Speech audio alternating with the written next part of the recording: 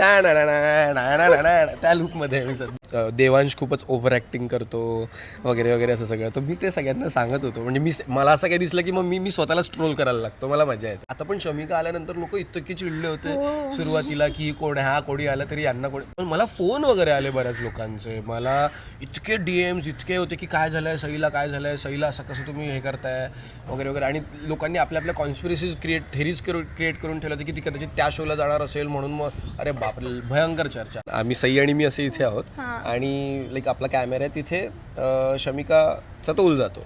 So डिरेक्टरने मला सांगितलं. मी म्हटलं सर हे पॉसिबल नाही. ती पडलं मी इथे एवढा लांबून. सो असं रिअल लाईफमध्ये पॉसिबल नसतं. आज सई नाही, आज मी एकटा आहे. त्याच्यामुळे मीच इथे तो व्यक्ती आहे या सेटवरचा ज्याला सगळेजण त्रास देतात. मी खूप सहनशीलता माझी खूप जास्त आहे. माझ्यात पेशन्स खूप आहे. मी सतत सहन करतो. सई खूप त्रास देते. माझी जानू मला खूप जास्त त्रास देते. हे लोक खूप बुली करतात मला. हो, खूप बुली करतात मला सेटवर. तुम्ही प्रोमो पण बघितलाच असेल शमिकाच्या एंट्रीचा. सो आहे, ट्विस्ट तर आहे, धमाकेदार ट्विस्ट आहे.